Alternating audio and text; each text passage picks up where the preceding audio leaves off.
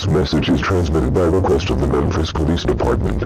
Citizens of Shelby County and neighboring counties, please stay indoors, because a very unusual and dangerous situation is taking place.